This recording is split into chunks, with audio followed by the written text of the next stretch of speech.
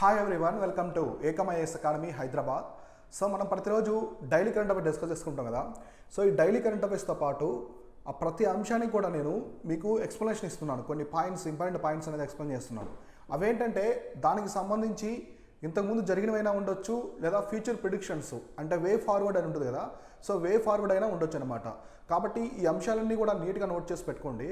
ఇక్కడ నేను ఎక్స్ప్లెయిన్ చేసే ప్రతి అంశము, ప్రతి టాపిక్ కూడా ప్రిలిమ్స్ పరంగా అలానే మెయిన్స్ పరంగా రెండింటికి మీకు ఉపయోగపడుతుంది. అది యూపీఎస్సీ అయినా స్టేట్ పీసెస్ అయినా మీకు రెండింటికి కూడా ప్రిలిమ్స్ పరంగా మెయిన్స్ పరంగా రెండు ఉపయోగపడుతుంది. కాబట్టి ఇవన్నీ నోట్ చేసి పెట్టుకోండి. దీంతోపాటు ప్రతిరోజు మీకు 5 ప్రిలిమ్స్ క్వశ్చన్స్ ఎక్స్ప్లెయిన్ చేస్తున్నాను, ప్రిలిమ్స్ ప్రశ్నలు ఎక్స్ప్లెయిన్ చేస్తున్నాను. అలానే మీకు ఒక ఈవెంట్ కూడా ఎక్స్ప్లెయిన్ చేస్తున్నాను. ఇవాళ అయితే నేను చాలా ఇంపార్టెంట్ కరెంట్ అఫైర్స్ అనేవి ఉన్నాయి, కొన్ని అంశాలు వాటినైతే తీసుకున్నాను. దానికి సంబంధించిన డేటా మొత్తం కూడా క్లియర్ కట్గా ఇస్తాను. నీట్గా మీరు ప్రతిదీ కూడా నోట్ చేసి పెట్టుకోండి. ఆ ఎకనమీలో వచ్చే ఎస్పెషల్లీ ఫిగర్స్ ఉంటాయి కదా. సో ఎంత పెరిగింది, ఎంత తగ్గింది, ట్రేడ్ డెఫిసిట్ కావచ్చు, ఇన్ఫ్లేషను, ఏ బ్యాంక్స్ ఎంత ప్రిడిక్షన్ ఇస్తున్నాయి, ఏ ఇండెక్స్ని ఎవరు రిలీజ్ చేస్తున్నారు, ఇవన్నీ కూడా క్లియర్గా చూడాలి.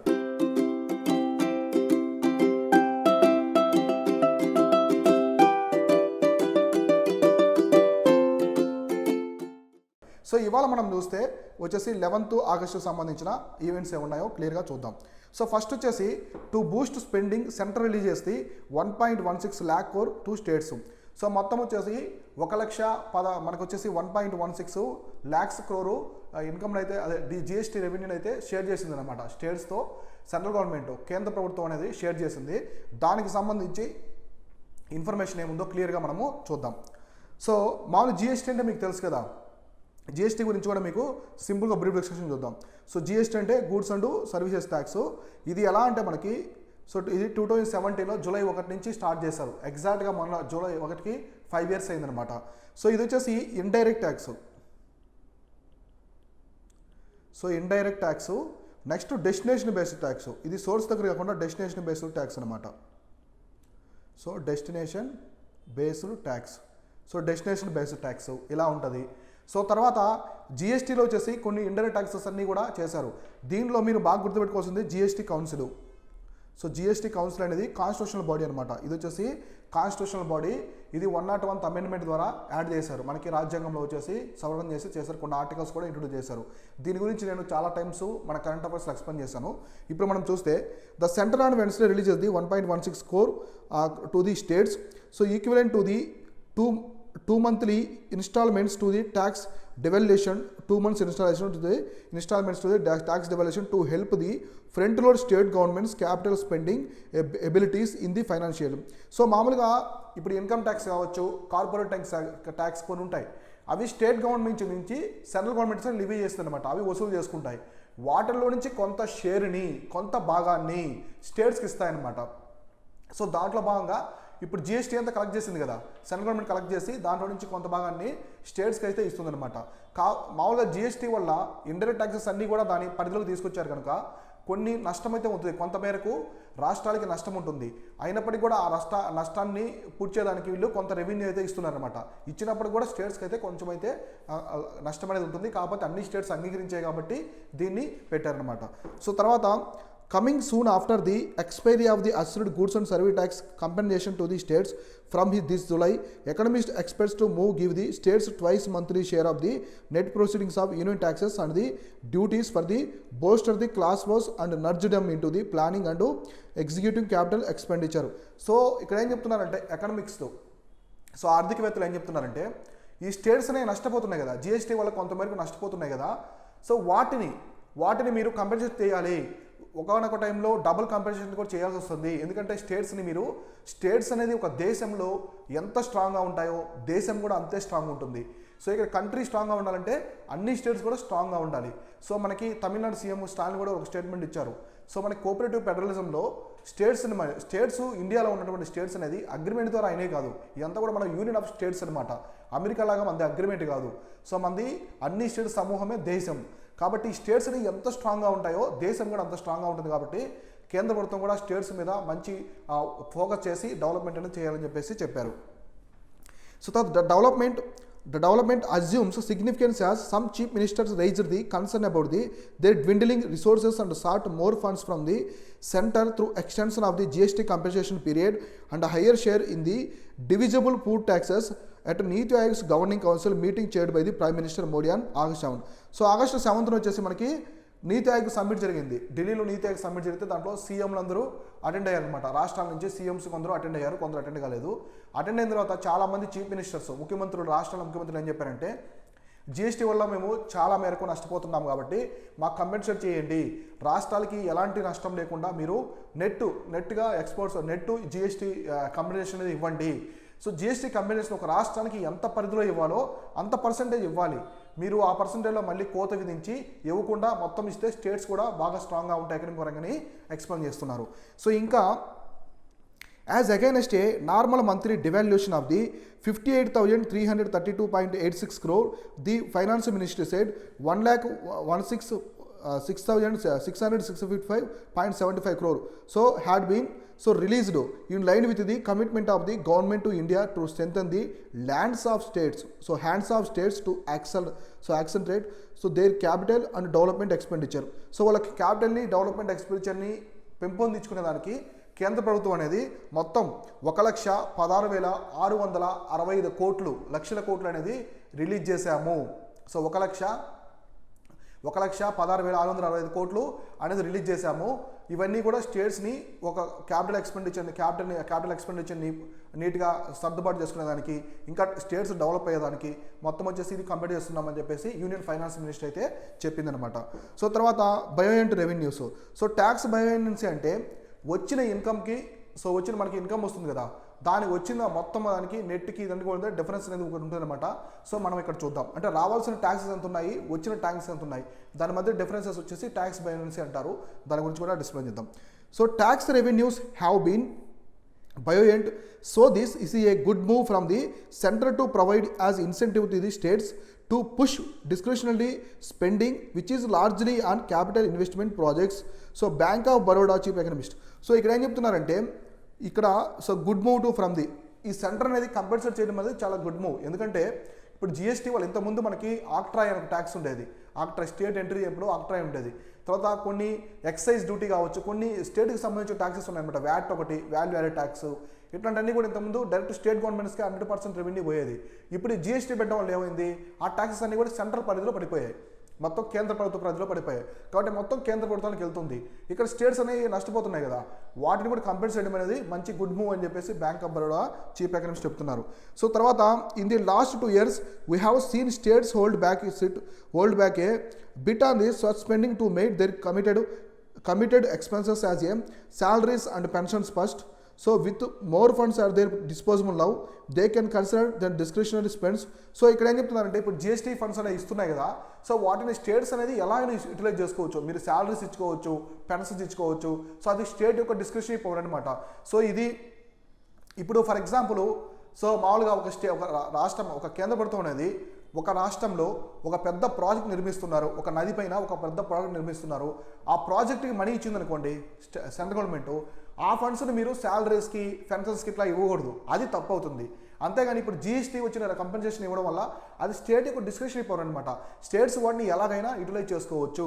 అంతే తప్ప అంటే ఒక ప్రాజెక్ట్స్కి ఇట్లాంటి కొన్ని ఇన్ఫ్రాస్ట్రక్చర్కి ఇచ్చిన వాటిని మిగతాకి మనకు వచ్చేసి ఒక పంపించుకుంటున్నారు, ట్రాన్స్ఫర్ చేయకూడదని చెప్తున్నారు. సో తర్వాత ఇంకా చూస్తే ఇదంతా అదే చెప్పారు. So in 2011 to 12 the large part of upside in a tax devolution was paid out to states in the 4th quarter of the year which ended up the reducing the state governments borrowings for a period of but it did not transfer to higher spending. So ఇక్కడ ఏం చెప్తున్నారంటే, ఈ GST compensation అనేది ఇవ్వడం వల్ల states మీద కూడా భారం అనేది తగ్గుతుంది. ఇప్పుడు కొన్ని స్టేట్స్కి అప్పులు ఎక్కువ ఉంటాయి, ఎగ్జాంపుల్ ఆంధ్రప్రదేశ్ కావచ్చు. సో తెలంగాణ రీసెంట్గా చాలా అప్పుల్లోకి వెళ్ళిపోయాయి. ఈ స్టేట్స్ అనేవి చాలా అప్పుల్లోకి వెళ్ళిపోయాయి అనమాట. ఇట్లాంటి అప్పులు కూడా పూడ్చుకునేదానికి ఈ జిఎస్టీ కంపెన్సేషన్ ఫండ్స్ కూడా యూటిలైజ్ అవుతాయని చెప్పారు. అంటే జిఎస్టీ ఫండ్స్ అనేది ఇస్తున్నారంటే స్టేట్స్కి వాళ్ళ ఇష్టం, స్టేట్స్ ఇష్టం అనమాట. అది దేంట్లో అయినా వాళ్ళు యూటిలైజ్ చేసుకోవచ్చు. ఎందుకంటే వాళ్ళకి వచ్చిన ట్యాక్స్ రెవెన్యూస్ దాని మీద కంప్లీట్గా డిస్క్రిషనరీ పవర్ అనేది ఉంటుంది అని చెప్తున్నారు. తర్వాత రేటింగ్ ఏజెన్సీ సిక్రా సో రేటింగ్ ఏజెన్సీ ఇక్రా అనమాట. సో ఇక్రా అనేది మనకి రేటింగ్ ఏజెన్సీ ఇంపార్టెంట్, ఇటువంటి ప్రిలిమ్స్లో అడుగుతుంటారు అనమాట. సో ఇటువంటి టర్మ్స్ అనేవి న్యూస్లో ఉన్నాయి, ఇవేంటి అని అడుగుతారు, ఇట్లాంటివి చూసుకోండి. సో ఇక్కడ ఏం చెప్తున్నారంటే anticipate the central tax devaluation to be so large as the 9.3 lakh crore this year. So 9.3 lakh crore this year. So compare to the 8.2 lakh crore estimated in the budget. So మామూలుగా devaluation అయితే జరిగిందని చెప్తున్నారు. మామూలుగా ఎంత అంటే మొత్తం 8.2 lakh crore అనుకుంటే ఎస్టిమేట్ను ఇక్కడ 9.2 crore వరకు ఉందని చెప్తున్నారు. ఇంకా on budget the back of the higher non tax excise tax revenues. So higher non excise tax revenues it is estimated to that the 3.18 lakh crore to be devalued to the states first 5 months of this year about the 39% of the budget estimates. So బడ్జెట్లో వాళ్ళ estimation దానికంటే కూడా 39% of the excise non excise tax duties అనేది కూడా collect చేసి మొత్తం స్టేట్స్కి అనేది ఇస్తున్నారని చెప్పేసి చెప్తున్నారు. So the higher than expected devaluation this year warrants as early assessment of the monthly to the states enable the boost their capital spending. So ఇక్కడ ఏం చెప్తున్నారంటే ఓవరాల్గా సో ఈ కంపెన్సేషన్ ఇవ్వడం వల్ల క్యాపిటల్ స్పెండింగ్ ఉంటుంది కదా, స్టేట్కి సంబంధించిన క్యాపిటల్ స్పెండింగ్ కూడా ఉంటాయి. ఇప్పుడు గవర్నమెంట్ బిల్డింగ్స్ కట్టించాలి, గవర్నమెంట్ అనేది స్టేట్ గవర్నమెంట్స్ బిల్డింగ్స్ కట్టించాలి. సో రెవెన్యూ డిపార్ట్మెంట్కి, పోలీస్ డిపార్ట్మెంట్కి ఇవన్నీ కూడా ఫండ్స్ కావాలన్నమాట. ఇట్లాంటి క్యాపిటల్ ఎక్స్పెండిచర్ స్పెండింగ్ కూడా ఇవనేది బాగా యూటిలైజ్ అవుతాయని చెప్తున్నారు. సో మీరు ఇక్కడ గుర్తుపెట్టుకోవాల్సిన వెరీ ఇంపార్టెంట్ పాయింట్ ఏంటంటే జిఎస్టీకి సంబంధించిన కంప్లీట్ ఇన్ఫర్మేషన్ ఉండాలి మీ దగ్గర. మెయిన్స్ షీట్ అనేది చేసి పెట్టుకోండి. జిఎస్టీ అంటే ఏంటి, జిఎస్టీ గురించి, జిఎస్టీ వల్ల ఎటువంటి సిగ్నిఫికెన్స్ ఏముంది, significance of the GSTs, advantages ఏమున్నాయి, డిఅడ్వాంటేజెస్ ఏమున్నాయి, జిఎస్టీ యొక్క ఇంపాక్ట్ ఏ విధంగా ఉంది స్టేట్స్ మీద, స్టేట్స్ ఎకానమీ మీద, అలాగే మన ఇండియన్ ఎకానమీ మీద ఏ విధంగా ఉంది. So compare to other states, other countries అనమాట. అంటే జిఎస్టీని మొట్టమొదటిసారి ఆస్ట్రేలియా, న్యూజిలాండ్ అవి తీసుకొచ్చాయి, తర్వాత ఇండియా అనేది తీసుకొచ్చింది అనమాట.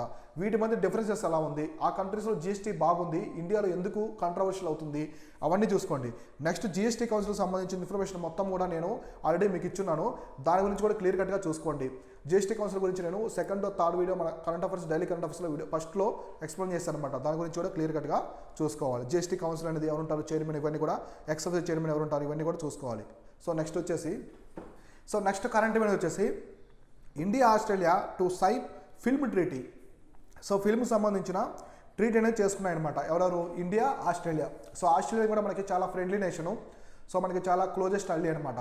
క్వాడ్ కంట్రీస్లో మనకి క్వాడ్ కంట్రీస్ అని ఉంటుంది, క్వాడ్ అని ఉంటుంది అనమాట. సో క్వాడ్ కంట్రీస్లో 4 కంట్రీస్ ఉంటాయి. క్వాడ్ అంటేనే 4.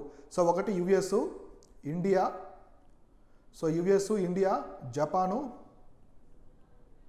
ఆస్ట్రేలియా. ఇవన్నీ కూడా క్వాడ్ కంట్రీస్ అంటారు, 4 కంట్రీస్. ఇందులో ఇండియా కూడా మెంబర్ కాబట్టి మనకి ఈ కంట్రీస్తో చాలా పసిఫిక్, ఇదంతా కూడా ఏం కవర్ చేస్తుంది అంటే మనకి Indo Pacific reason. So Indo Pacific reason మొత్తాన్ని కూడా ఇది కవర్ చేస్తుంది అనమాట. ఎందుకంటే మనకి ఆస్ట్రేలియా, యుఎస్ఏ, జపాన్ వచ్చి పసిఫిక్ ప్రాంతానికి చెందినవి. సో ఇప్పుడు ఇండియన్ ఓషన్కి సంబంధించినవి ఆస్ట్రేలియా వెస్ట్రన్ సైడ్ కానీ, అలానే మనకి ఇండియా మొత్తం వచ్చేసి ఇండియన్ ఓషన్ పరిధిలో ఉంటాయి, హిందూ మహాసముద్రం పరిధిలో ఉంటాయి. కాబట్టి హిందూ పసిఫిక్ ప్రాంతం మొత్తం కూడా ఇది కవర్ చేస్తుంది. క్వాడ్ కంట్రీస్ చాలా ఇంపార్టెంట్, చూసుకోండి మనకి కూడా ఆస్ట్రేలియా. కాబట్టి ఇప్పుడు ఏం జరిగిందంటే ఇండియాకి ఆస్ట్రేలియాకి మధ్య ఒక ట్రీటీ అయితే జరిగిందనమాట. ఆ ట్రీటీ ఏంటంటే ఫిల్మ్ ట్రీటీ. చూద్దాం. So union cabinet gives approval for the joint production of audio visual content. So audio visual కంటెంట్కి జాయింట్ ప్రొడక్షన్ అయితే అప్రూవల్ అయితే ఇచ్చిందనమాట మన యూనియన్ గవర్నమెంట్. సో క్యాబినెట్ ఏదో చూద్దాం. The union cabinet has approved the signing of the Australia Visual Co-Production Treaty between India and Australia, which aimed at facilitating the joint production of films between the two countries. So countries మధ్య visual, audio విజువల్కి సంబంధించిన కంటెంట్కి సంబంధించింది కావచ్చు, అంటే ఓవరాల్గా ఫిల్మ్స్కి సంబంధించి information అనేది exchange చేసుకుంటారు. So ఇప్పుడు విఎఫ్ఎక్స్ ఎఫెక్ట్స్ ఉంటాయి, మనకి విఎఫ్ఎక్స్ ఎఫెక్ట్స్ ఉంటాయి కదా.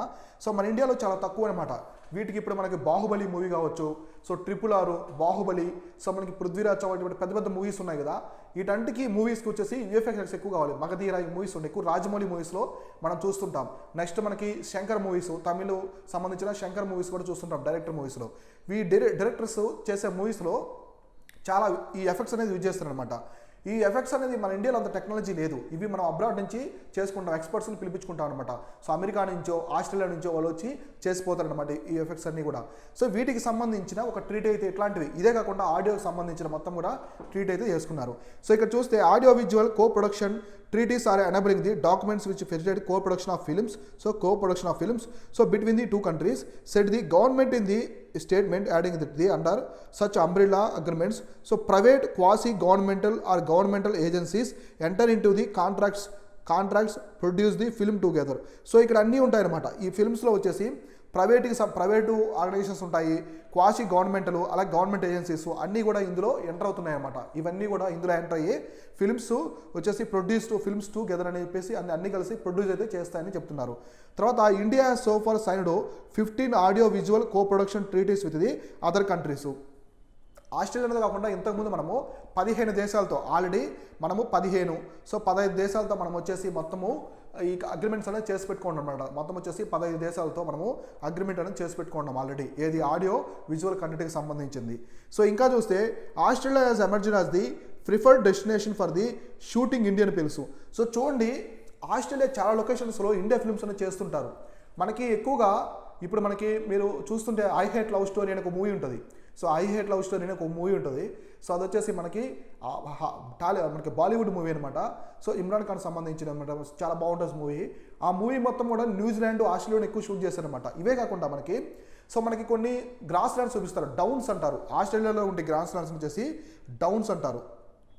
సో ఈ డౌన్స్ చాలా అందంగా ఉంటాయి. అంటే మనకి స్లోప్స్గా ఉండి చాలా అందంగా ఉంటాయి అనమాట. అక్కడ షీప్స్ ఎక్కువ ఉంటాయి. సో గొర్రెలు ఉంటాయి కదా, అవి ఊళ్ళు ఎక్కువ ఉంటాయి, వాటికి చాలా అట్రాక్టివ్గా ఉంటాయి, బ్యూటిఫుల్గా ఉంటాయి. అవి మనకి ఎక్కువ చూపిస్తుంటారు ఫిల్మ్స్లో, సాంగ్స్, బ్యాక్గ్రౌండ్ లొకేషన్ చూపిస్తుంటారు కదా. అక్కడ అవన్నీ కూడా ఆస్ట్రేలియా షూట్ చేస్తారు. ఆస్ట్రేలియా, న్యూజిలాండ్ ఎక్కువ షూట్ చేస్తారు. ఆస్ట్రేలియా డౌన్స్ అయితే గ్రాస్ ల్యాండ్స్ చాలా బ్యూటిఫుల్గా ఉంటాయి. ఆస్ట్రేలియా కూడా చాలా పీస్ఫుల్గా ఉండే కంట్రీ, చాలా బాగుంటుంది. సో కాబట్టి ఇవన్నీ ఉంటాయి అనమాట. సో ఇక్కడ చాలా ఇండియన్ ఫిల్మ్స్ అనేవి షూట్ చేస్తారు. సో ఇంకా India is fast emerging as a major content hub for the film maker. So looking for a new projects. So India కూడా ఫిల్మ్ ఇండస్ట్రీలో చాలా పెద్ద కంట్రీ. సో మనకి ఇంకా చూసుకుంటే హాలీవుడ్ మూవీస్ తర్వాత మనకి బాలీవుడ్ మనకి ఎన్ని ఉన్నాయి చూడండి. ఇక్కడ ఇండియాలో ప్రాంతీయ పరంగా రీజనల్ మూవీస్ ఎక్కువ ఉంటాయి. ఈ మధ్య రీజనల్ మూవీస్ అయితే మనకి రీసెంట్గా చూడండి, పుష్ప మూవీ కావచ్చు, 666, సో మనకి ఇంతకుముందు బాహుబలి, సో తర్వాత ఇంకా చూసుకుంటే కేజీఎఫ్, ఇవన్నీ కూడా ఇంటర్నేషనల్ లెవెల్లో చాలా పెద్ద హిట్స్ అయ్యాయి. దంగల్ మూవీ చూడండి. సో దంగల్ అమెరికా నటించిన కుస్తీకి సంబంధించిన మనకి రెస్లింగ్కి సంబంధించింది మూవీ. దంగలు చైనాలోనే ఇప్పటివరకు చైనా చరిత్రలోనే ఎక్కువ వసూలు చేసిన మూవీ అనమాట. చైనీస్ మూవీస్ కంటే కూడా ఎక్కువ వసూలు చేసిన మూవీ వచ్చేసి దంగల్ అనమాట. ఇండియా తరపున కూడా హైయెస్ట్ వసూలు చేసింది అనమాట, కలెక్షన్స్ అనేది వసూలు చేసిన మూవీ దంగల్. అంటే ఇండియన్ ఫిల్మ్ ఇండస్ట్రీకి ప్రపంచంలోనే మంచి ఆదరణ ఉంది. సో మన ఇండియన్స్ కూడా చాలా దేశాల్లో ఉన్నారు. ఎక్కువగా హాలీవుడ్ వాళ్ళు కానీ ఇవన్నీ కూడా 666, ఈ మూవీస్ అన్ని కూడా కేజీఎఫ్ అన్ని కూడా ఈ మధ్య బాగా చూస్తున్నారు. అంటే ఇండియన్ ఫిల్మ్ ఇండస్ట్రీ అనేది చాలా గ్రోత్ అవుతుంది. ఇక్కడ మీరు గుర్తుపెట్టుకోవాల్సిన ఇంపార్టెంట్ థింగ్ ఏంటంటే, ఎప్పుడైనా సరే అది కన్నడ మూవీ అయినా, తెలుగు మూవీ అయినా, హిందీ మూవీ అయినా, భోజ్పురి మూవీ అయినా, బెంగాలీ మూవీ అయినా, అది అంతా కూడా ఇండియన్ ఫిల్మ్ ఇండస్ట్రీ అనే మనము ప్రౌడ్గా ఫీల్ అవ్వాలి. రీజనాలిటీ ఫీలింగ్ ఉండకూడదు ఎప్పుడు కూడా. ఇదంతా కూడా ఇండియన్ ఫిల్మ్ ఇండస్ట్రీ. సో మనకి ఏ మూవీ సౌత్ నుంచి మూవీ హిట్ అయినా, వెస్ట్ నుంచి మూవీ హిట్ అయినా, ఈస్ట్ ప్రాంతాల నుంచి మూవీ హిట్ అయినా, బాలీవుడ్ నుంచి మూవీ హిట్ అయినా, అది ఇండియన్ ఫిల్మ్కి ప్రౌడ్ థింగ్ అనమాట. ఇండియన్ ఫిల్మ్కి ప్రౌడ్ థింగ్గా మనము ఫీల్ అవ్వాలి. సో కాబట్టి మన ఇండియాలో రీజనల్ ఎక్కువ ఉంటాయి, రీజనల్ మూవీస్ ఎక్కువ ఉంటాయి. టాలీవుడ్, కోలీవుడ్, సో ఇలా మనకి చాలా ఉంటాయి అనమాట. శాండల్వుడ్, సో మలవుడ్, ఇలా చాలా ఉంటాయి. కాబట్టి మనకి ఇవన్నీ కూడా క్లియర్ కట్గా డిస్కస్ చేసుకుందాం. సో తర్వాత చూస్తే, కాబట్టి ఇండియాలో స్కోప్ ఎక్కువ ఉంది ఫిల్మ్ ఇండస్ట్రీకి. తర్వాత India's abundance of the exotic locations, so talent pool and relatively cheaper cost of the production, so making India favoured destination for the foreign film makers. So ఇప్పుడు చూడండి, ఇప్పుడు మనము ఒక స్విట్జర్లాండ్లో మూవీ షూట్ చేయాలనుకోండి, చాలా కాస్ట్లీ అవుతుంది. Switzerland, so London, ఇక్కడ movies shoot చేయాలంటే మనకి సైబీరియా ప్రాంతాల్లో అట్లా చాలా మనకి చాలా రిస్క్ అనమాట. అంటే కాస్ట్ ఎక్కువ అవుతుంది. కానీ అదే ఇండియాలో అయితే లొకేషన్స్ చాలా తక్కువ అయిపోతుంది. కాబట్టి హాలీవుడ్ ఫిల్మ్స్ కూడా ఈ మధ్య చూడండి చాలా ఇండియాలో లొకేట్ చేస్తున్నారు. మనకి మిషన్ ఇంపాసిబుల్ కావచ్చు, కాశ్మీర్లో చేశారు కొంచెం షూటింగ్. సో తర్వాత మనకి ఇంతకుముందు జేమ్స్ బాండ్ మూవీస్, మనకి వారణాసి, రాజస్థాన్లో కూడా చాలా మూవీస్ చేశారు మనకి. సో రాజస్థాన్లో కూడా చాలా మూవీస్ అనేది, ఇండియానా జోన్స్ ఇట్లాంటి మూవీస్ చేశారు. సౌత్ ఇండియాలో బెంగళూరు, హైదరాబాద్లో కూడా హాలీవుడ్ మూవీస్ అనేవి చాలా షూట్ చేస్తారు అనమాట. కాబట్టి ఇండియాలో చాలా చీప్ కాబట్టి ఎక్కువ హాలీవుడ్ ఫిల్మ్ మేకర్స్ కూడా ఎఫెక్ట్ చూపిస్తారు. ఎందుకంటే మనకి డైవర్సిటీ ఎక్కువ ఉంటుంది. ట్రైబల్ కమ్యూనిటీ, డిఫరెంట్ ఫుడ్స్ ఉంటాయి, different musics, different paintings, so ఇట్లా చాలా ఉంటాయి అనమాట. సో డిఫరెంట్ రిలీజన్స్ ఉన్నాయి, డిఫరెంట్ క్యాస్ట్ పరంగా. సో ఇట్లా మనకి క్యాస్ట్ పరంగా కొన్ని మనకి వర్క్స్ ఉంటాయి అనమాట. కొందరు వచ్చేసి crafts, art and crafts caste based ఉంటాయి మన ఇండియాలో. అట్లా కూడా చాలా అట్రాక్టివ్ అనమాట. సో ఈక్వాలిటీ బాగుంటుంది, అంతా కూడా ఇండియా డెస్టినేషన్. సో తర్వాత more jobs according to the co production treaty. So co production treaty ప్రకారం చూసుకుంటే, the respective contributions of the producers of the two countries more the vary from the 28 to 55 final total of the joint productive work. So ఇప్పుడు 2 countries అనేది vary from the 20 to 80% of the film total cost. So ఇక్కడ vary కూడా అవుతుంది అనమాట, film cost కూడా vary అవుతుంది. So the proposed agreement will boost so ties with the Australia, lead to exchange art and culture. So మనకి art and culture కింద movies ఇవన్నీ వస్తాయి, ఆర్ట్ అండ్ కల్చర్ కూడా ఇంప్రూవ్ చేసుకోవచ్చు. So showcase the soft power of the our country and lead to generation of the employment among the artistic technicians as well as the non tech persons engaged in the audio visual production, so including production, post production work and government. So set the government. So ఇక్కడ దీనివల్ల employment కూడా పెరుగుతుందన్నమాట. So ఇప్పుడు ఈ agreement వల్ల employment కూడా పెరుగుతుంది. So production డిపార్ట్మెంట్లో employees ఎక్కువ పెరుగుతుంది, ఇవన్నీ కూడా ఉంటాయన్నమాట. ఇంకా ఆర్ట్ అండ్ కల్చర్ కూడా మనం పెంచుకోవచ్చు. సాఫ్ట్ పవర్, ఇక్కడ ఒక వర్డ్ గుర్తుపెట్టుకోండి, ఇది వచ్చేసి సాఫ్ట్ పవర్ అనమాట. సో సాఫ్ట్ పవర్ అనేది ఒక దేశానికి చాలా చాలా ఇంపార్టెంట్. సో మనకి పవర్స్లో సాఫ్ట్ పవర్ అంటే ఏంటంటే ఒక దేశం యొక్క సాఫ్ట్ పవర్, ఇంతకుముందు అడిగారు ఇది యూపీఎస్సీలో కూడా. సో సాఫ్ట్ పవర్ అంటే ఆ దేశానికి సంబంధించిన ఆర్ట్ అండ్ కల్చర్ కావచ్చు, ఆర్ట్ అండ్ కల్చరు, సో ఇంకా మనకి డైవర్సిటీ పరంగా, సో దేశానికి సంబంధించిన యుద్ధం పరంగా అంటే మిలిటరీ పరంగా, సో ఎక్కువ పొలిటికల్గా ఎట్లాంటి డెవలప్ చేయకుండా హార్డ్ పవర్ కాకుండా సాఫ్ట్ పవర్ ఎట్లాంటి చేయడం వల్ల ఒక దేశం సాఫ్ట్ పవర్లో చాలా అట్రాక్టివ్గా ఉందంటే ఆ దేశం చాలా డెవలప్డ్ కంట్రీ అని అర్థం. సో సాఫ్ట్ పవర్ అనేది ఈ విధంగా ఉంటుంది అనమాట, కాబట్టి important. The use of Indian locations would increase the prospects of countries becoming the preferred film shooting for the and destination and also lead to inflow of the foreign exchange. So దీని వల్ల ఇప్పుడు ఎక్కువ Hollywood makers అనేది ఇండియాలో film shoot చేస్తున్నారు అనుకోండి, మనకి forex reserves కూడా, ఫారెన్ కరెన్సీ కూడా ఎక్కువ వస్తుంది అనమాట ఇండియాకి, రావడం వల్ల మనకు కూడా ప్రాఫిట్ అనేది ఉంటుంది. సో ఈ విధంగా ఈ అగ్రిమెంట్ అయితే జరిగింది ఇండియాకి ఆస్ట్రేలియాకి మధ్య. ఇంపార్టెంట్ అడగొచ్చు. So recently film treaty agreement was so implemented between each of the following countries అంటే గుర్తుపెట్టుకోవాలి, ఇండియా, ఆస్ట్రేలియా. సో నెక్స్ట్ ఏముందో చూద్దాం. సో నెక్స్ట్ వచ్చేసి కోర్బివాక్స్ గెట్స్ నోట్ అదే ప్రికాషన్ డోస్గా కోర్బివాక్స్ అయితే నోట్ అనేది వచ్చిందనమాట, అదేంటో చూద్దాం.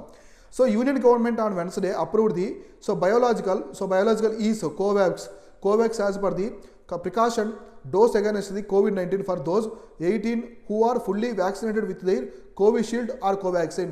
సో ఆల్రెడీ మనకి కోవాక్సిన్, కోవిషీల్డ్ అని, సో మనకి కోవిషీల్డ్ అని ఆల్రెడీ రెండు వచ్చాయి.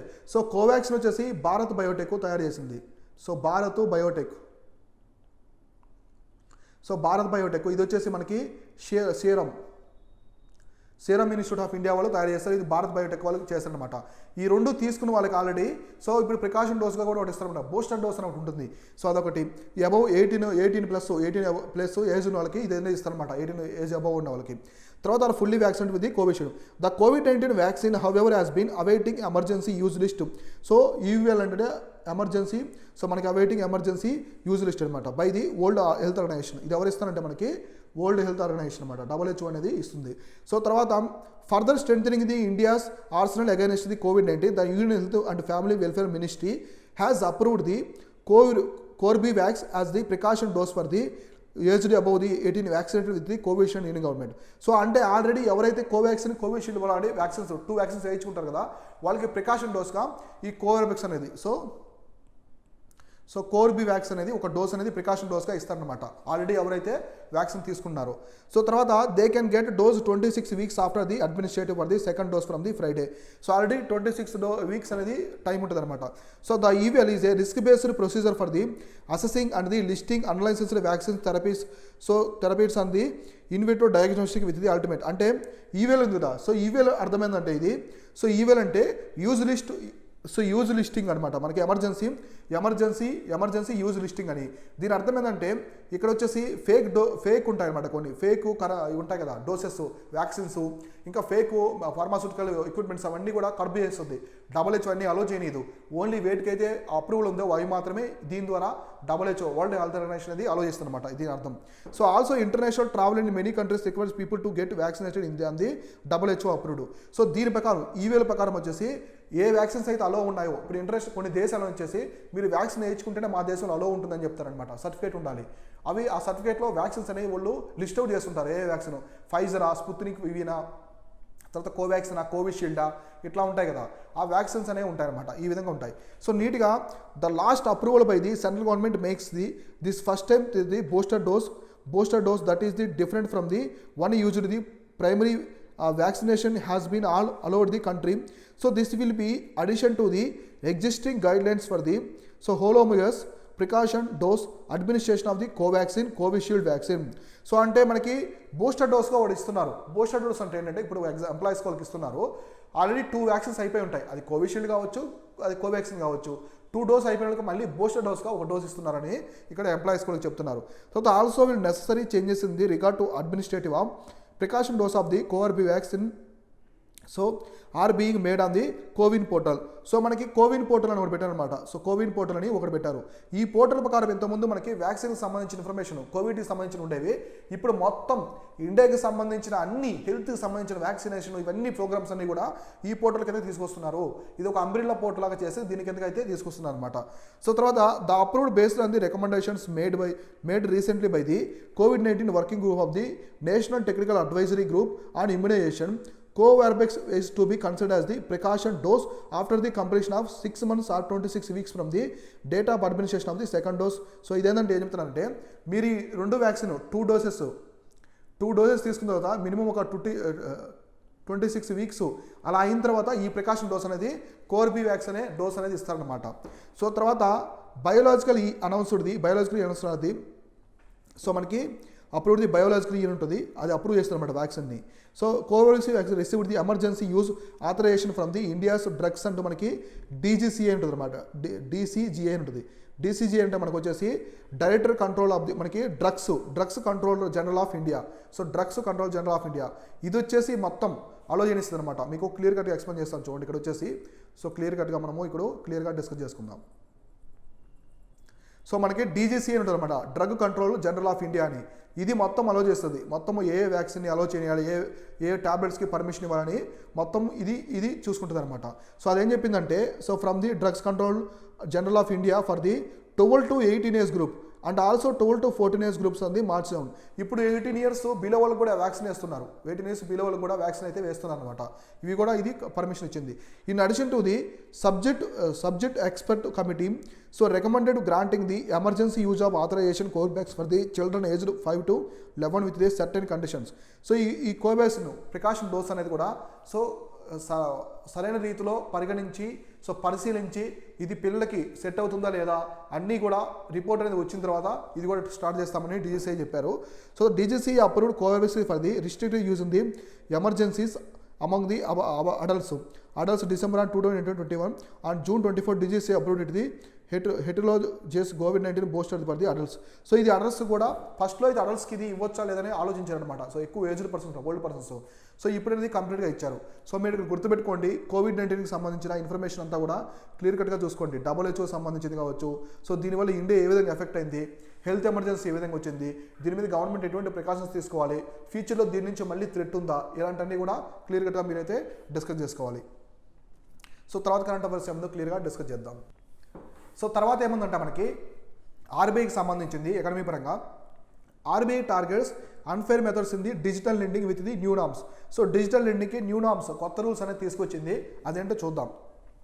So reserve bank of India issued the first set of guidelines for the digital lending to crack down the illegal activities by the certain players.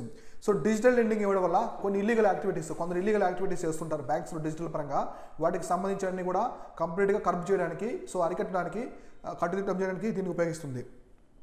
This follows the recommendations of the working group on digital lending had submitted the report recently.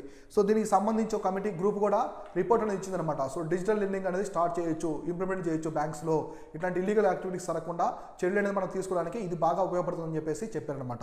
So తర్వాత has per the new norms all loans disburse and repayments will be required to the executed by the only between bank accounts of the borrower and regulated entities. So ఇప్పుడు ఏం జరుగుతుందంటే ఎవరైనా ఒక person loan తీసుకున్నారు, so ఇక్కడ వచ్చేసి borrower అనమాట. So borrower దగ్గర నుంచి respected entities, so respected entities ఎవరుంటారో వాళ్ళకి మాత్రమే ఈ ట్రాన్సాక్షన్ జరుగుతుంది.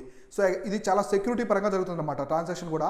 సో లోన్స్ డిస్పర్సల్ కావచ్చు, పేమెంట్, రీపేమెంట్ ఏదైనా కూడా వీళ్ళ మధ్య ఇక్కడ నుంచి ఇక్కడ మాత్రమే, ఇది బ్యాంక్ అనుకుంటే ఇక్కడ మాత్రమే జరుగుతుంది అనమాట. సో కాబట్టి ఇల్లీగల్ యాక్టివిటీస్ జరగకుండా చర్యలను తీసుకుంటుంది, సెక్యూరిటీ కూడా ఎక్కువ ఉంటుంది. So such as the banks or non banking officials company without any pass through or pool account of the lending services provide అదే entity third party. So third పార్టీకి ఇక్కడ మధ్యలో ఇంకా థర్డ్ పార్టీ అనేది ఉండదు. సో మధ్యలో థర్డ్ పార్టీ అనేది లేకుండా డైరెక్ట్ బ్యాంక్ నుంచి ఇక్కడికి ఇంతకుముందు థర్డ్ పార్టీస్ ఉండేదన్నమాట. కాబట్టి ఇల్లీగల్ యాక్టివిటీస్ ఎక్కువ జరిగేది. ఇప్పుడు డైరెక్ట్ బోరోవర్ నుంచి బ్యాంక్స్ మాత్రం ఇస్తున్నారు కాబట్టి సో ప్రాబ్లం ఉండదు. తర్వాత stating that the digital lending channels had become prominent recently. So digital lending అనేది చాలా దేశాల్లో కూడా ఇప్పుడు బాగా ఉన్నాయన్నమాట. సో మనం కూడా దీన్ని కంప్లీట్గా తీసుకురావని చెప్తున్నారు. So the RBI said concerns had also emerged which if not మిటిగేటెడ్ May Erode the confidence of members of the public in the digital lending eco system. So ఈ డిజిటల్ లెండింగ్కి సంబంధించి దీనికి సంబంధించి డిజిటల్ లెండింగ్కి సంబంధించి మొత్తం అందరిలో అవేర్నెస్ తీసుకురావాలి. అసలు ఇదేంటో చెప్పాలి. ఫస్ట్ బోరోవర్స్కి బ్యాంక్ వస్తారు కదా, కస్టమర్స్ వాళ్ళందరికీ బ్యాంకులో డిపాజిటర్స్ కావచ్చు, లెండర్స్ అందరూ ఉంటారు. అందరికీ దీని గురించి ఒక అవేర్నెస్ తీసుకురావాలి. ఎకో సిస్టమ్ మొత్తంలో ఒక అవేర్నెస్ తీసుకొచ్చిన తర్వాత దీన్ని స్టార్ట్ చేయాలని చెప్పేసి చెప్తున్నారు. The concerns related to the unbridled engagement of the third parties, mis selling, so breach the data privacy, so unfair business conduct, so charging or extra interest rates and unethical recovery parties, ఇవన్నీ కూడా corrupt చేస్తుంది. Important ఈ points note చేసి పెట్టుకోండి. ఇక్కడ మిస్స్పెల్లింగ్ కావచ్చు, third parties, data privacy, data threat, illegal activities ఇవన్నీ లేకుండా డిజిటల్ లెండింగ్ అనేది డైరెక్ట్ బ్యాంక్ నుంచి కస్టమర్స్కే అటాచ్ ఉంటుంది కాబట్టి బోరోవర్స్కే. కాబట్టి మధ్యలో ఎలాంటి థర్డ్ పార్టీస్ లేవు కాబట్టి సెక్యూరిటీ కూడా ఎక్కువ ఉంటుంది. The standardized key fact statement must be provided to the borrowers before executing the loan contract. So loan contract చేసే ముందు వాళ్ళకి కొంచెం అవేర్నెస్ అని క్రియేట్ చేస్తారు, వాళ్ళకి కొన్ని డాక్యుమెంట్స్ ఇస్తారు, అవన్నీ నీట్గా చదువుకోవడము అన్నీ జరుగుతుందన్నమాట. ఇంతకుముందు జరిగేది బోరోవర్ ఉంటాడు, బ్యాంక్ ఉంటుంది, మధ్యలో థర్డ్ పార్టీ ఉంటారు. సో మనకి లోన్స్ ఇస్తుంటారు, రీపేమెంట్ చేసుకుంటూ ఉంటారు థర్డ్ పార్టీస్. వాళ్ళు సరిగా చెప్పకపోవచ్చు, బ్యాంక్ యొక్క రూల్స్ని, రెగ్యులేషన్స్ని, దాని మీద అవేర్నెస్ని ఈ బోరోవర్కి సరిగా చెప్పలేదనుకోండి, వాళ్ళు లాస్ అవుతారు కదా. కాబట్టి అట్లా ఎక్కువ జరుగుతున్నాయి ఈ మధ్య. సో కాబట్టి బ్యాంక్స్ కూడా కంప్లీట్ అవేర్నెస్ ఇస్తుంది. The norms prohibited any automation increase in the credit limit without borrowers. So without borrowers support, borrowers లేకుండా ఇది క్రెడిట్ లిమిట్ని ఇంక్రీజ్ చేయడం ఇట్లాంటివి కూడా ఉండవు అనమాట. సో తర్వాత కన్సెంట్ అంటే మనకి బోరోవర్స్ కన్సెంట్, వాళ్ళ నుంచి ఒపీనియన్, పర్మిషన్ తీసుకున్న తర్వాతే క్రెడిట్ని కూడా ఇంక్రీజ్ చేయడం అట్లాంటివి కూడా ఉంటాయి. తర్వాత they may also allow a cooling off period in which borrowers can exit loans paying the principal, so appropriate annual percentage APR sans penalty. So దీంట్లో పెనాల్టీకి సంబంధించిన ఇన్ఫర్మేషన్ కావచ్చు, బోరోవర్ ఎప్పుడు చేయాలి, సో ఏ టైంలో పేమెంట్ ఇవ్వాలంటే ఇన్ఫర్మేషన్ కూడా నీట్గా డిజిటల్ ఉంటాయి. డిజిటలైజేషన్ ఉంటే డైరెక్ట్ కస్టమర్తో కాంటాక్ట్లో ఉంటారు కాబట్టి వాళ్ళకి అన్ని అవేర్నెస్ ఇస్తూ ఉంటారు అనమాట. ఇప్పుడు మన వాళ్ళు ఏం చేస్తారు, పాస్బుక్ ఇవి చూసుకొని బ్యాంక్లో ఉంటే అకౌంట్ బుక్ ఇవి చూసుకొని చెక్ చేసుకుంటూ ఉంటారు. సో మన డేట్ ఎప్పుడు వస్తుంది అంటే మనకు వచ్చేసి కంప్లీట్గా మన తేదీ ఎప్పుడు వస్తుంది, రీపేమెంట్ తేదీ ఎప్పుడు ఉంది, సో ఎప్పుడు దాన్ని రెన్యువల్ చేసుకోవాలంటే కూడా మనం బుక్లో చూసుకుంటుంటాం. ఇప్పుడు అలా అవసరం లేదు, డైరెక్ట్ వాళ్ళు మెసేజ్ ద్వారా ఇట్లా ఇన్ఫర్మేషన్ అనేది ఇస్తారనమాట. So the framework is based on the principle that the lending business can be so carried out only the entities, regulated entities by the Reserve Bank of India is permitted to the under them to do so. So ఇక్కడ banks అనేది ఏవైతే RBI పర్మిషన్తో ఉంటాయో, so ఆ banks కావచ్చు, NBC మనకి non banking financial organisations NBFCs, ఇక్కడ రెండింటికి permission ఇచ్చారు. ఒకటి బ్యాంక్స్ ఒకటి, next NBFCs non banking financial companies. ఈ నుండి కూడా ఆర్బీఐ పర్మిషన్ ఉంటాయి కదా, వేటికైతే ఆర్బీఐ పర్మిషన్ ఉంటుందో అవి మాత్రం డిజిటల్ లెండింగ్కి వాళ్ళు అలో చేయనిస్తారనమాట. మిగతా వాళ్ళకి అలో చేయలేరు. కంప్లీట్గా ఆర్బీఐ కింద వర్క్ చేయాలి, అవి ఆర్బీఐ నామ్స్ని ఫాలో అవుతుండాలి. ఈ విధంగా ఆర్బీఐ అయితే డిజిటల్ లెండింగ్ అనేది తీసుకొచ్చింది అనమాట. అంటే అప్పుడు కూడా డిజిటల్ పరంగా ఇవ్వాలి. సో వాళ్ళకి ఎటువంటి డేటా ప్రైవసీ థ్రెడ్స్ ఇట్లాంటివి లేకుండా క్లియర్ కట్గా వాళ్ళకి ఇన్ఫర్మేషన్ ఇవ్వాలని చెప్పేసి క్లియర్గా ఎక్స్ప్లెయిన్ చేస్తున్నారు. ఇది వచ్చేసి కంప్లీట్గా ఇవాల్టి కరెంట్ అఫైర్స్. సో ఇట్లా ఈరోజు చాలా ఇంపార్టెంట్ కరెంట్ అఫైర్స్ ఎక్స్ప్లెయిన్ చేస్తాను. ఇవి మెయిన్స్ పరంగా చాలా చాలా ఇంపార్టెంట్ కాబట్టి నోట్ చేసి పెట్టుకోండి. ప్రతి ఒక్క పాయింట్ కూడా నోట్ చేసి పెట్టుకోండి. సో ఒక షీట్లో, మెయిన్స్ ఆన్సర్ షీట్లో ఈ పాయింట్స్ అన్ని ఇప్పుడు నేను చెప్పిన దాంట్లో ఇంపార్టెంట్ పాయింట్స్ అన్ని నోట్ చేసి పెట్టుకోండి. ఒక చిన్న సినాప్సిస్ లాగా మీకు మెయిన్స్ పరంగా, ప్రిలిమ్స్ పరంగా చాలా చాలా హెల్ప్ అవుతాయి అనమాట. సో కాబట్టి ఇవి వచ్చేసి ఇవాళ డైలీ కరెంట్ అఫైర్స్. రేపు డైలీ కరెంట్ అఫైర్స్లో క్లియర్ కట్గా ఏవి ఇంపార్టెంట్ అంశాలు ఉన్నాయో డిఫరెంట్ సబ్జెక్ట్ వీలో అన్ని కూడా క్లియర్గా మనం డిస్కస్ చేసుకుందాం. Thank you so much.